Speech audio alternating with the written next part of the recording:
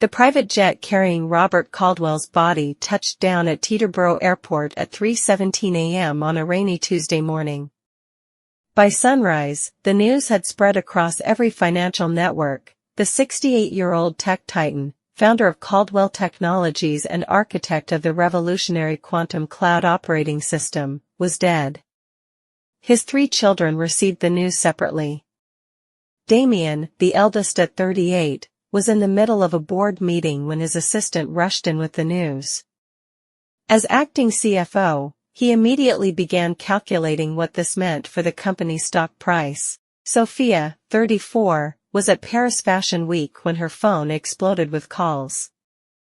She cancelled her runway show mid-prep, more concerned about which of her father's properties she could claim than mourning his passing. Jake, the baby at 28, was still drunk from the previous night's party when security dragged him out of a Las Vegas penthouse. His first thought? I hope the old man left me enough to buy my own casino. 1 week later, the siblings found themselves in the library of their father's Manhattan penthouse, the same room where Robert had once made them recite multiplication tables until they cried. The air smelled of leather-bound books and betrayal.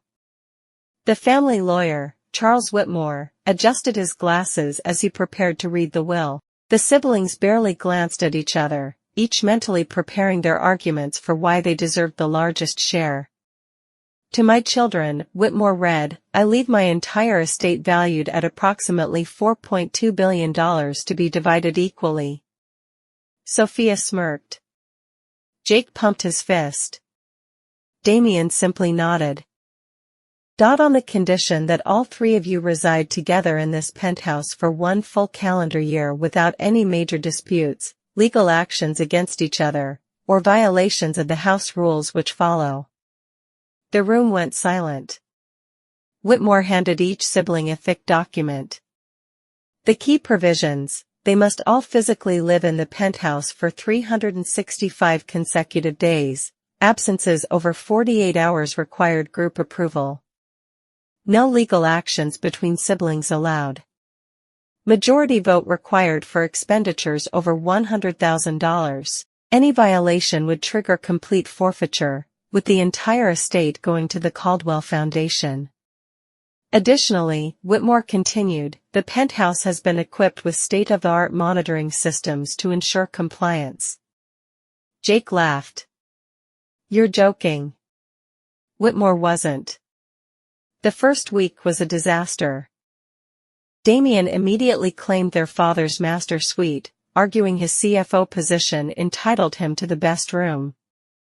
Sophia retaliated by turning the formal dining room into her personal closet. Jake, ever the provocateur, installed a stripper pole in the living room. The staff quit en masse after 3 days. The housekeeper left a note, not paid enough for this. It started over something trivial, the thermostat. Damien liked it at 68 degrees for optimal productivity. Sophia demanded 74 for her complexion. Jake kept cranking it to 80, then leaving for days at a time. The argument escalated until Sophia accidentally spilled red wine on Damien's $10,000 suit. He responded by canceling her company credit card. Jake filmed the whole thing and posted it to TikTok. As weeks passed, their professional lives suffered. Damien's attempts to run Caldwell Tech remotely failed spectacularly. The board grew restless as stock prices dipped 12%. Sophia's fashion line missed critical deadlines when she couldn't travel to Milan. Only Jake thrived. His rich kids in quarantine social media posts went viral, earning him sponsorship deals. Month 3 brought the first real crisis. An anonymous source leaked internal Caldwell Tech documents to the press, revealing questionable data privacy practices. The stock plummeted. Damien immediately blamed Sophia, accusing her of sabotaging him for control of the company. Sophia accused Jake, who was known for drunken oversharing. Jake accused Damien of staging it to look like a victim. Security footage later showed it was the maid they'd fired in week 1. By month 6, Sophia was desperate for cash flow. One night, she tried removing several pieces of their mother's jewelry from the penthouse safe. Damien caught her via the motion-activated cameras. Their screaming match woke Jake, who promptly live-streamed it to his 2 million followers. In month 9, everything collapsed. Damien discovered Jake had been siphoning money from their shared accounts to fund his club appearances. Sophia found documents showing Damien had been moving company assets into offshore accounts. Jake uncovered evidence Sophia had been secretly meeting with Caldwell Tech's biggest competitor. They all lawyered up. Whitmore returned with a team of forensic accountants. The penthouse's surveillance system had captured everything: the arguments, the thefts, the betrayals. "You've violated every condition," Whitmore said. "The estate will be liquidated and transferred to the Caldwell Foundation as stipulated." Then he played a final video message. Robert Caldwell appeared on screen, sitting in the very chair Whitmore now occupied. "I knew you'd fail," their father said, disappointment etched in every word. "You were never hungry enough to build, only desperate enough to take. The money was never the real inheritance, it was the company, the legacy. But you've proven yourselves unworthy of both." The screen went dark. 1 year later, Damien resigned from Caldwell Tech amid SEC investigations.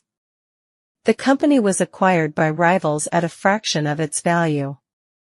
Sophia's fashion label went bankrupt without family backing. She moved to Switzerland with a much older banker. Jake, ironically, became the most successful, parlaying his viral fame into a reality TV career. He still throws parties, just in smaller venues. The penthouse sold at auction, the proceeds funding STEM scholarships for underprivileged students.